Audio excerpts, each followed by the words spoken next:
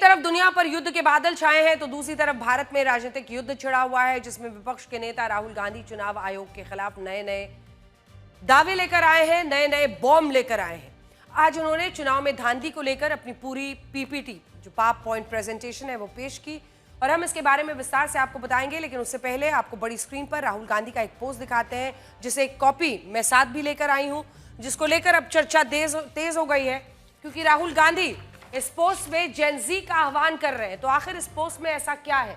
देश के युवा, देश के स्टूडेंट्स, देश की जेन ज़ी, आपको याद होगा ज्यादा समय नहीं बीता है, नेपाल में पूरा आंदोलन सरकार को उखाड़ फेंकने का किसने किया था?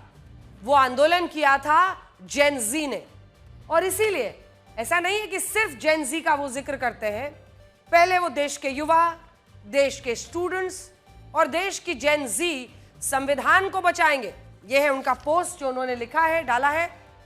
और इस पोस्ट को पढ़िए, जिसमें वो लिखते हैं कि देश के युवा, देश के स्टूडेंट्स, देश की जेन ज़ी संविधान को बचाएंगे, लोकतंत्र की रक्षा करेंगे और वोट चोरी को रोकेंगे।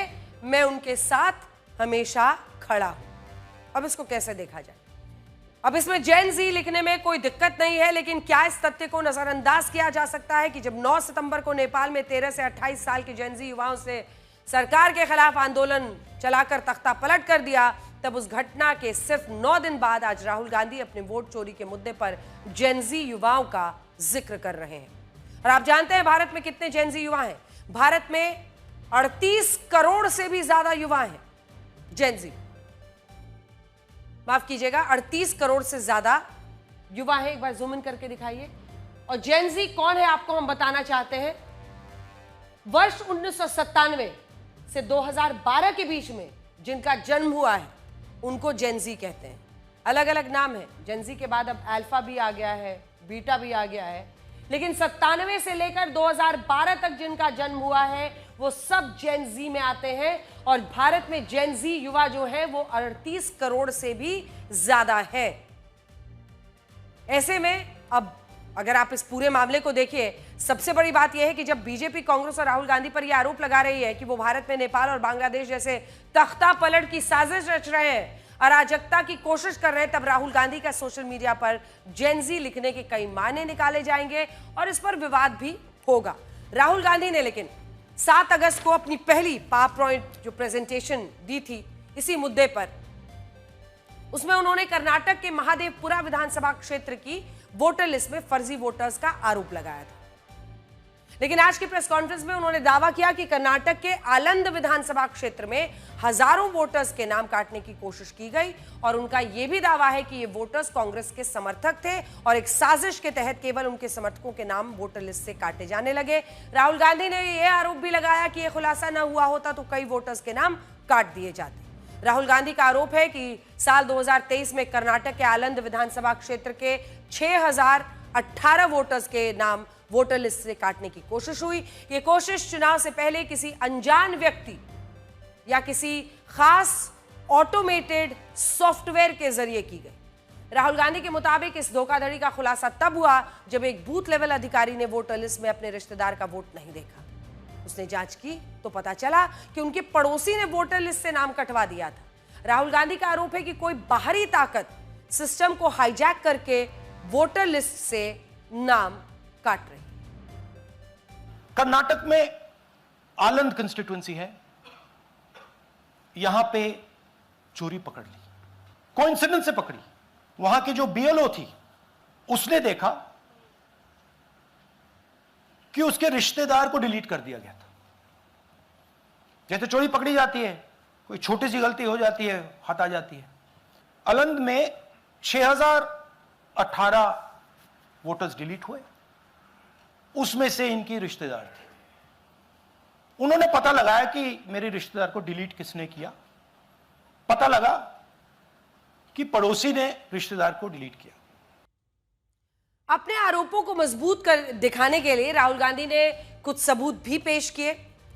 वो मंच पर कुछ ऐसे लोगों को लेकर आए थे जिनका दावा था कि उनके नाम पर फेक लॉगिन करके कई वोटर्स के नाम लिस्ट से हटाने की कोशिश हुई थी। उदाहरण के तौर पर कांग्रेस पार्टी ने गोदाबाई नाम की एक महिला का जिक्र किया 63 साल की गोदाबाई को आलंद विधानसभा के बूथ नंबर 37 का वोटर बताया गया। आरोप है कि इनके नाम पर अन्य राज्यों के अलग अलग नंबर्स के से फेक लॉगिन किए गए। फिर उनके 12 पड़ोसियों के नाम वोटर लिस्ट से हटाने का आवेदन दिया गया। कांग्रेस ने उन वोटर्स के नाम और तस्वीरें सबूत के तौर पर पेश की। गोदाबाई का एक वीडियो भी चलाया गया जिसमें वो दावा कर रही है कि उन्हें इसके बारे में कोई जानकारी नहीं है। ಇಲೆಕ್ಷನ್ ಟೈಮಿಗೆ ನಾ ಅರ್ಜಿ ಹಾಕಿಲ್ಲ, ನನಗೆ ಅದಕ್ಕೆ ಸಂಬಂಧ ಇಲ್ಲ. ಅದು ಯಾರು ಹೊಟ್ಟೆ ಕಿಚ್ಚಿಗೆ ಯಾರು ಏನು ಹಾಕ್ಯಾರ ಅನ್ನೋದು ನನಗೆ ಗೊತ್ತಾಗಿಲ್ಲ. ಹೆಸರು ಮೇಲೆ 12 ಜನರದು ಡಿಲೀಟ್ ಮಾಡಿದ್ದು ನಿಜ ಇರ್ತದೆ. थोड़ा ट्रांसलेट कर लीजिए। मेरे नाम पे 12 लोगों का नाम डिलीट किया गया है, हालांकि मुझे मालूम नहीं। मैं कभी किसी को मैसेज भेजा भी नहीं, मैं बुलाया भी नहीं। ये बबीता आके पूछने से पता चला कि मैंने मेरे फ़ोन से ऐसा मैसेज, लेकिन असल में मैंने किसी को भी मैसेज नहीं किया।